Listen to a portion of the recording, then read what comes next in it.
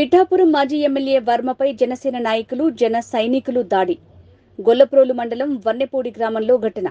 ఈ దాడిలో పూర్తిగా ధ్వంసమైన మాజీ ఎమ్మెల్యే వర్మ కారు. వర్మ త్యాగానికి ప్రతిఫలంగా జనసేన నాయకులు దాడి చేయించారంటున్న పలువురు. నాపై దాడి చేసింది అసలైన జనసేన కార్యకర్తలు కాదు, తెలుగుదేశం నుంచి 6 నెలల క్రితం వెళ్లి జనసేనలో చేరిన ఓ 25 మంది మాత్రమే అని పిఠాపురం వర్మ అన్నారు. పవన్ కళ్యాణ్ గారు లాంటి సభ్యత పద్ధతి ఉన్న మనిషి దగ్గర ఎలక్షన్ చేసినందుకు గర్వంగా ఉన్నాం. ఆయన దగ్గర నుంచి కానీ 2009 జనసేన పార్టీ దగ్గర నుంచి కానీ మాకు ఏ విధమైన ఇబ్బందులు లేవు. మేము ఎప్పుడు కూడా కలిసికట్టుగా ఒకే కుటుంబంలాగా మొన్న ఎలక్షన్ చేసాం, అటు పని చేసుకున్నాం.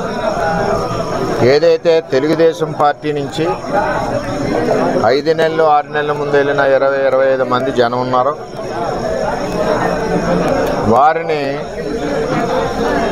స్థానిక ఎంపీ వైసీపీ పార్టీ అని చెప్పి పార్టీలో జాయిన్ చేసుకుని ఉండడం జరిగింది. వాళ్ళే ఈ దాడి చేశారు మణిపూర్లో. చేత చాలా అవుతుంటాయి, మేము ఫేస్ చేయగలం. మాకు చేతగా కాదు, చేతగాని దద్దంలో కాదు. మేము ఈ దాడి ప్రత్యక్షంగా పోలీసులు ఉన్న చోట జరిగింది, పోలీసులు ఉన్నప్పుడు జరిగింది. మేము ఒక ఆయన్ని సర్పంచ్ గారిని కలవడానికి వెళ్ళాం. ఎలక్షన్లో రకరకాలుగా చేసాం. మేము పబ్లిక్గా చేసిన వాళ్ళు ఉన్నారు, చాటుని చేసిన వాళ్ళు ఉన్నారు, వెనకుండి మాకు హెల్ప్ చేసిన వాళ్ళు ఉన్నారు. ఇవన్నీ మేము చెప్పం కదా, ఊరందరికీ చెప్పాలని పని నాకు లేదు కదా. నాకు ఆయన బాధ్యత చెప్పారు ఎలక్షన్, ఆ బాధ్యత నేను నెరవేర్చాను. అంచేత వాళ్ళు దాడి చేశారు, చాలా దారుణంగా దాడి చేశారు. అందులో మా కారులో మండల పార్టీ ప్రెసిడెంట్ గారు ఉన్నారు, ఎక్స్ జెడ్పీటీసీ ప్రసాద్ గారు ఉన్నారు, ఇంకో ఎక్స్ జెడ్పీటీసీ బర్లప్పారావు ఉన్నారు, ఇంకో ఆయన ఎక్స్ ప్రెసిడెంట్ నాగు ఉన్నారు, ఇంకో ఆయన పార్టీ ప్రెసిడెంట్ శివ ఉన్నాడు. ఎంతమంది ఉండగా సడన్గా సీసాలు, ఇటుక బెడ్లు. ఇది మండలంలో ఒక ప్రాక్టీస్ అయిపోయింది. ఇది వరకు సాయి ధర్మతేజ్ గారి మీద కూడా ఇదే దాడి చేశారు. ఆ దాడి చేసినప్పుడు సరైన చర్యలు పోలీస్ యంత్రాంగం తీసుకోలేదు. ఆఖరికి వాళ్ళు వెళ్ళిపోయాక దాడి జరిగిందన్నారు తప్పితే, వాళ్ళు ఉండగా దాడి జరిగి దెబ్బలు తగిలితే వాళ్ళు వెళ్ళిపోయాక దాడి జరిగిందన్నారు. సరే, ఇదంతా కాంట్రవర్సీ ఎందుకని మేము మాట్లాడుకుంటున్నాం. ఇది నన్ను చంపడానికి కుట్ర జరిగింది. అంటే నాకు కూడా కార్యకర్తలు, ఊళ్ళో కార్యకర్తలు కూడా 150 మంది కూడా ఉన్నారు కాబట్టి ఇవన్నీ సీసం బెంకులు, ఒళ్ళంతా కారులో ఇటుక బెడ్లు, 2-3 గాయాలు, ఇవన్నీ జరిగినాయి. సరే చూద్దాం ఏమవుతాం. ఇవన్నీ ఇటువంటి పిరికి బంద చర్యలకు భయపడేది ఏమి ఉండదు.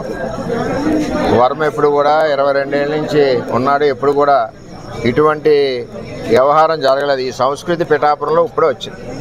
ఇప్పటి వరకు పిఠాపురంలో ఇటువంటి సంస్కృతి లేదు. చట్టం ఉంది కదా.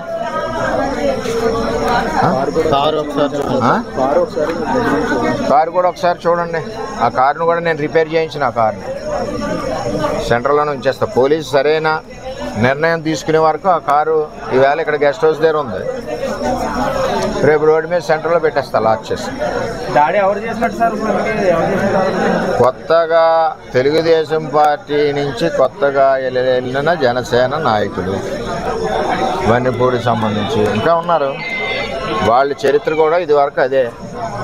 అందుకనే పార్టీలోంచి పంపించాం, ఆ పార్టీలో తీసుకున్నారు.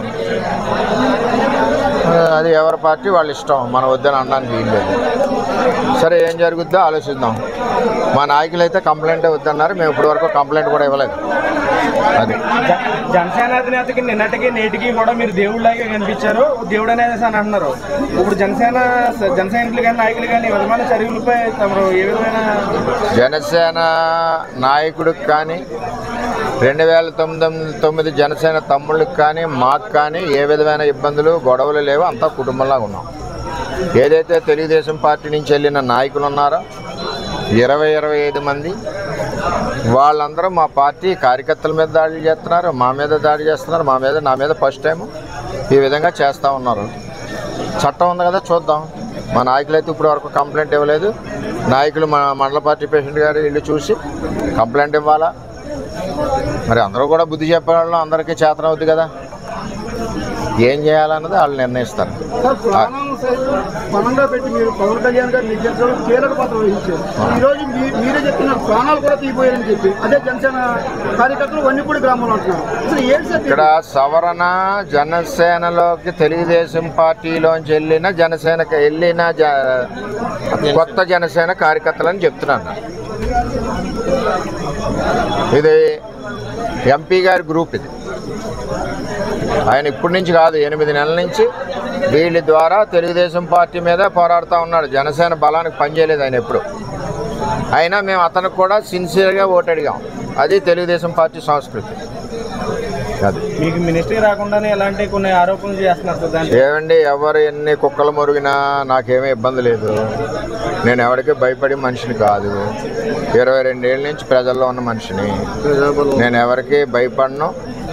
నా మీద ఎంతమంది దాడులు చేసినా చేయనండి, చట్టాలు ఉన్నాయి. ఇది పవన్ కళ్యాణ్ గారికి కానీ నాకు కానీ పవన్ కళ్యాణ్ గారికి కానీ ఆ 2009 బ్యాచ్కి కానీ ఎవరికి ఇది సంబంధం లేదు. నేను ఎవరికి ఫిర్యాదు చేయను కూడా. అది ఏ విధంగా జరగాలో ఆ విధంగా జరుగుతుంది. ఓకే.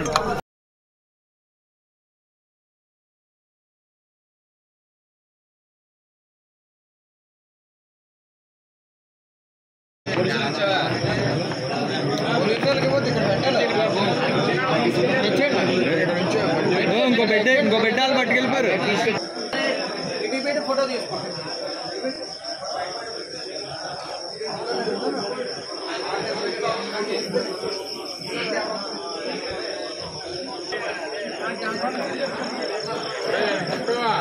చెప్పాను.